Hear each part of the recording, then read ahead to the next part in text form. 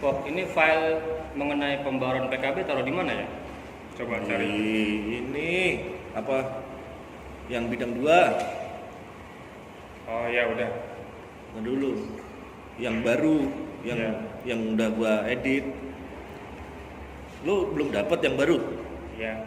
Udah belum yang baru? Ntar Yang kirimin aja, kirimin. Tapi ini filenya ya? Ya. Oh, oke. Ini pada ngapain sih? Nah, Ini lagi bro. tempat gue nih. Lu Biasa. ngapain nih? Ngobrol-ngobrol, coy. Ngobrol santai. Ngacak-ngacak tongkol. Orang udah acak-acak ya. Ya ini mah emang orang-orang yang biasa ngacak-ngacak pabrik. Lagi pada ngobrol apa sih? Ini Bung, bentar lagi kita menghadapi momen yang sangat besar gitu, yaitu di pembaruan PKB yang ke-7. Emang lu mau habis beda-beda? Mau habis, bentar lagi di tahun 2023. Tanggal berapa sih, bulan apa? Tanggal berapa ya Bung? tanggal 15 April. 15 April ya? Ya. Berarti ini dari PUK dari penguat sudah mempersiapkan membuat perundingan PKB nih, berarti sekarang?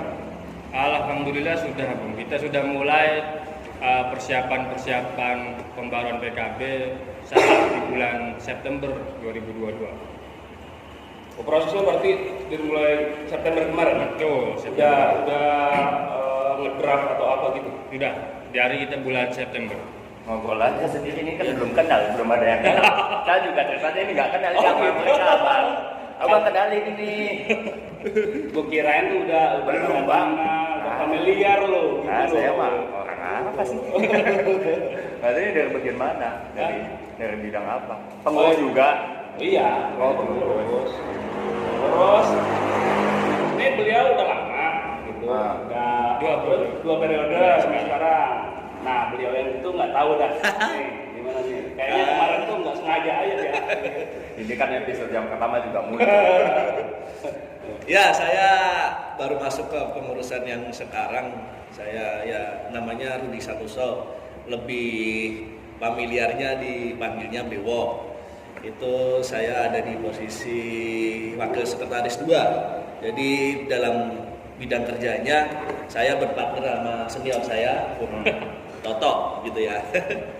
Itulah Bung. Jadi saya ada di wakil sekretaris 2.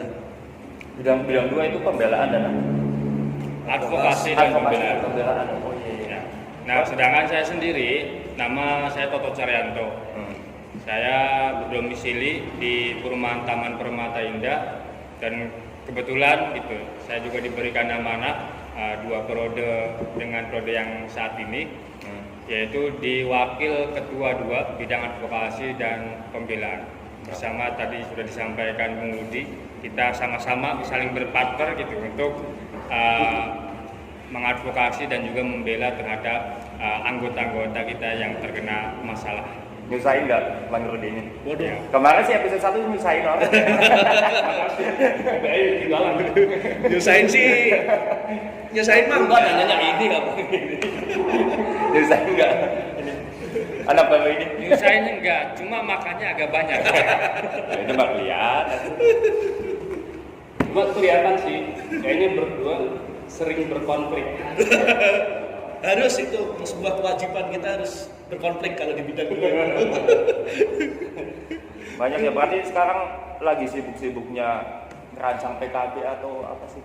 Ya, kita lagi dari mulai September kita masih banyak waktu yang kita habiskan dalam merumuskan, merencanakan tentang pembaruan PKB. Dan ngomong-ngomong sampai dari mana ini tadi? Hah? Kita mah yang punya tempat ini. Oh, Gue yang punya tempat nih, punya lapak. perasaan gue datang tadi kagak ada gitu ya. Ada. Kalau kita ngomongin PKB ya, PKB itu ya buat teman-teman semuanya bukan partai ya, tapi perjanjian kerja bersama. Emang ada partai? Hah? Ada partai PKB? Nggak tahu masih ada apa kagak sih? Dulu ada. Hah? Dulu ada. Kayaknya sih. Oh iya kan. Tahu sih. Kalau kita ngomongin apa namanya PKB, Nah, kenapa sih dalam suatu perusahaan tempat kita bekerja itu dibutuhkan yang namanya peraturan dalam bentuk perjanjian kerja bersama? Terus kenapa harus ada gitu PKB tersebut? Ya. PKB harus ada di perusahaan itu dimiliki kepentingannya oleh kedua belah pihak, antara perusahaan dan juga serikat pekerja. Saya ngobrolin masalah dari sisi perusahaan terlebih dahulu. PKB ketika tidak terdapat di suatu perusahaan, ini menurut saya gitu ya, perusahaan tersebut tidak akan mampu untuk maju dan terkesan nanti ke depan akan bangkrut. Kenapa saya sampaikan seperti itu? PKB merupakan turunan daripada Perundang-undangan Republik Indonesia itu. Nah, di Undang-Undang Republik Indonesia mengatur secara umum mengenai ketenagakerjaan. Sedangkan PKB itu mengatur secara spesifik mengenai ketenagakerjaan. Nah, contohnya apa? Saya sampaikan kenapa tadi ketika tidak ada PKB bakal bangkrut. Di Undang-Undang Republik Indonesia mengatur bahwa jam kerja hanya 40 jam dalam seminggu. Nah, ketika itu tidak diatur lebih spesifik, nanti ada Bung Rudi, ada saya, ada Bung Idris. Ketika berpegangnya terhadap 40 jam, jadi saya akan masuk terserah saya gitu, masuk kerja terserah saya. Yang penting 40 jam gitu. Yang penting 40 jam. Saya mau pagi nganterin anak sekolah dulu. Wah, ini mau nganterin anak sekolah, jadi nanti berangkatnya jam 1 siang aja deh. Wah, ini habis itu ternyata ada jadwal kondangan gitu ya, kan kondangan tetangga yang lagi hajatan. Sehingga mundur lagi jadi jam 3. Nah, ketika itu dilakukan oleh seluruh karyawan di perusahaan dalam bekerja, itu akan terjadi carut marut gitu dalam menggunakan jam kerja. Itu hanya satu. Contoh duanya apa? Mengenai seragam kerja diatur nggak di dalam PKB? Nah, itu pun diatur. Tapi di undang-undang nggak mungkin ya? Nggak mungkin mengatur ya. Kita bayangkan kalaupun seragam kerja kita menganutnya kepada undang-undang yang tidak mengatur spesifik. Saya mau pakai seragam lekbong gitu, mau pakai celana sobek-sobek, mau pakai kolor, itu sah, itu sah, karena tidak ada ketentuan yang spesifik mengatur. Ketika berbicara PKB, nah disitulah mengatur. Maka kita harus patuh dan taat terhadap PKB. Itu dari sisi perusahaan. Nah, terus dari sisi pekerjanya penting juga. Kenapa? Nah, ini wujud daripada demokrasi yang transparan dan juga berkeadilan. Karena kenapa? Di setiap pembentukan PKB, pembaruan PKB, tentu kita banyak mengambil dari saran ataupun masukan dari anggota. Nah, disitulah letak demokrasi.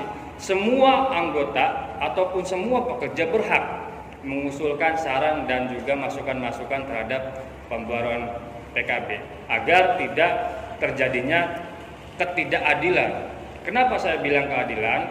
Ketika di PKB di perusahaan maksud saya hanya ada PP, itu kan lebih condong terhadap perusahaan gitu. Kasarannya gitu. Akan tetapi dengan adanya PKB, jadi masing-masing pihak mempunyai posisi yang sama. Jadi begitu. Oh iya. Berarti dengan kata lain perjanjian kerja bersama itu adalah undang-undang secara spesifik di dalam suatu perusahaan yang mengatur segala sesuatunya gitu ya kira-kira. Mungkin tambahannya perjanjian yang dibuat oleh kedua belah pihak antara pengusaha dan juga wakil pekerja, dalam konteks ini serikat pekerja, yang tercatat di Dinas Ketenagakerjaan. Oh, berarti itu resmi juga Dinas Ketenagakerjaan. Harus, kalaupun enggak, ya ini dipertanyakan PKB-nya gitu.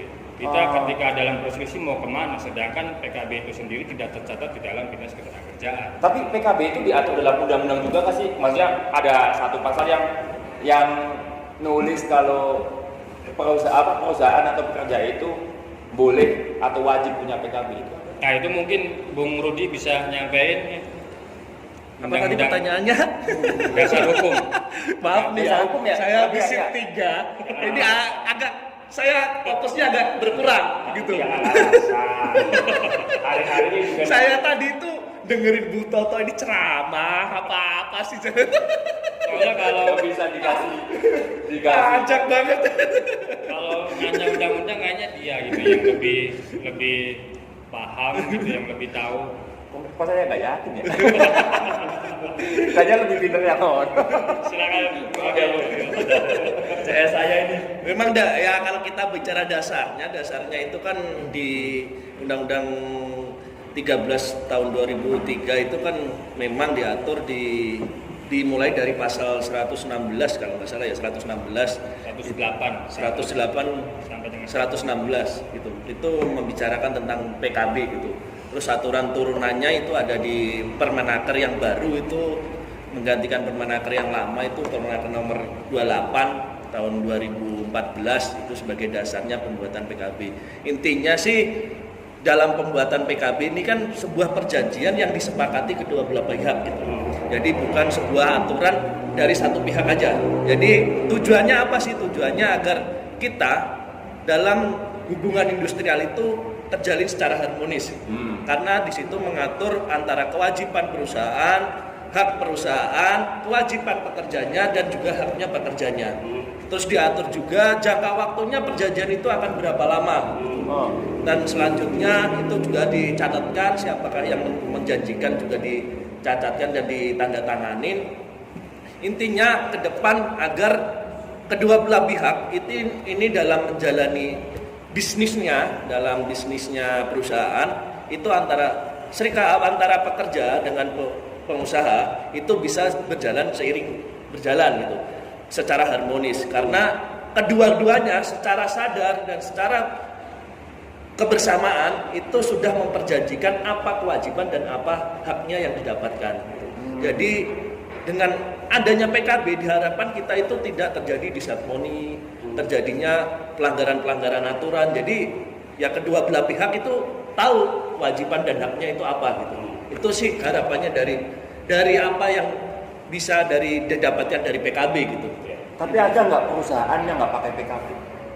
banyak. Ada banyak. Berarti nggak, kalau sebenarnya udah ada dasar hukumnya harusnya wajib dong. Harusnya gitu ya. Harusnya ini himbauan saya gitu ya, kepada pekerja-pekerja di luaran sana yang pada umumnya di daerah-daerah khususnya gitu ya. Karena perusahaan yang terdapat di daerah-daerah terpencil ini banyak yang masih belum mempunyai PKB. Padahal tadi sudah disampaikan oleh Bung Rudi bahwa dasar hukum kita ada gitu ya, untuk mendirikannya gitu, itu sudah ada gitu. Namun kekurangan dalam mengembangkannya gitu ya.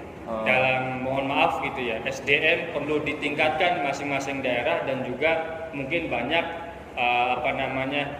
bertanya ataupun mencari literatur tata cara membentuk sebuah yang namanya perjanjian kerja bersama, karena itu penting Bung. Ini khusus bagi pekerja-pekerja secara umum gitu ya di seluruh Indonesia. Jadi seperti itu. Ya, kalau kita ngomongin PKB atau pembahasan PKB, ini kan ngomongin masalah kepentingan ya, gitu, baik dari perusahaan, pengusaha maupun dari pekerja. Nah,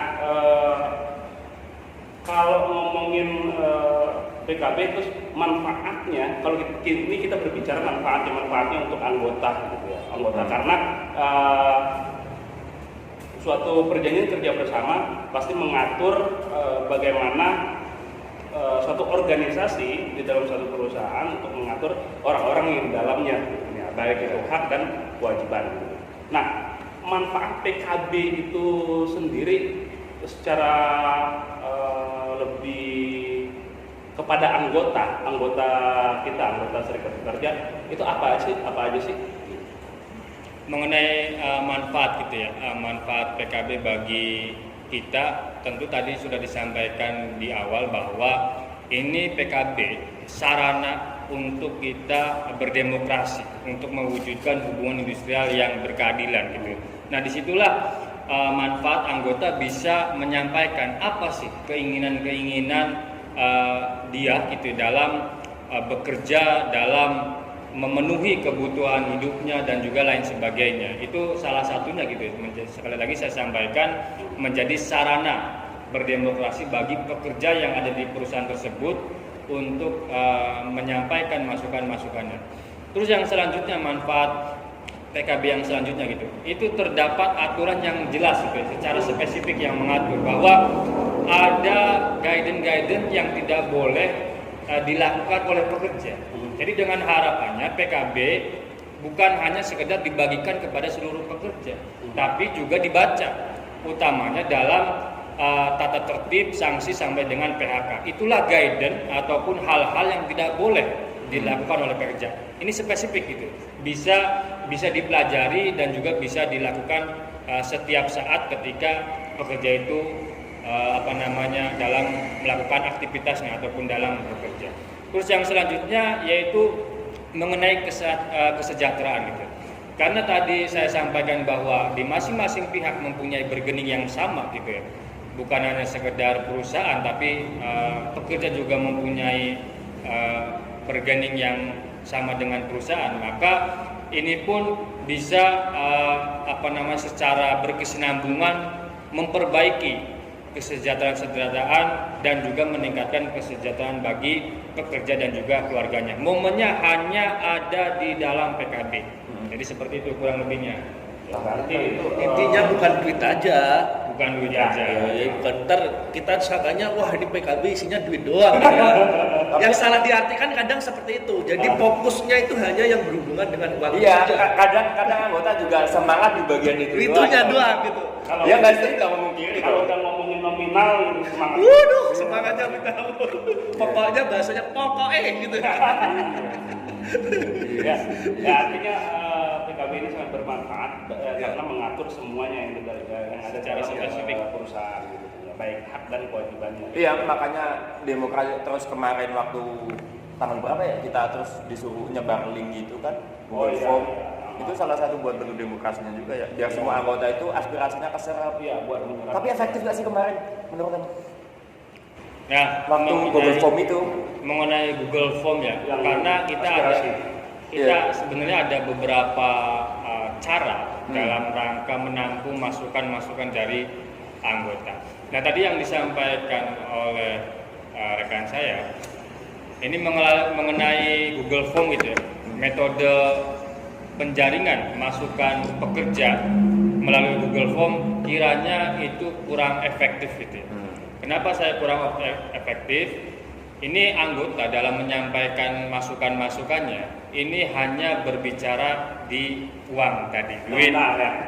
memang yang bikin semangat itu, Nah, bos. namun Nggak mungkin. tidak didasari dengan argumentasi ataupun literatur gitu. Ketika terdapat masukan anggota mengenai kesejahteraan ataupun nominal ataupun uang gitu, dengan dibarengi dengan adanya argumentasi-argumentasi yang kiranya bisa kita sampaikan, itu kita pasti akan masukkan ke dalam draft pembaruan PKB gitu.